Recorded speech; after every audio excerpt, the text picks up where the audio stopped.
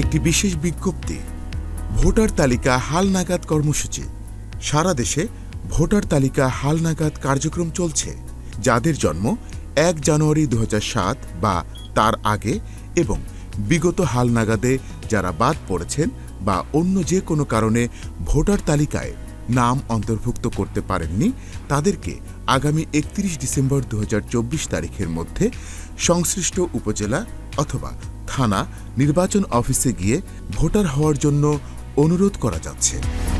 Voter হতে যেসব কাগজপত্র লাগবে: 17 ডিজিটের অনলাইন জন্ম সনদের কপি, জাতীয়তা অথবা নাগরিকত্ব সনদের কপি, নিকট আত্মীয়ের এনআইডির ফটোকপি, এসএসসি অথবা দাখিল অথবা সমমান অথবা 8ম শ্রেণী পাশের সনদের কপি, ইউটিলিটি বিলের কপি।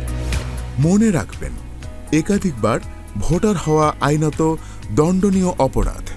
কেউ একাধিকবার ভোটার হলে আঙুলের ছাপ পরীক্ষার মাধ্যমে তা সহজেই শনাক্ত করা যায়। সঠিক তথ্যে ভোটার হব, নির্বাচনে ভোট দেব।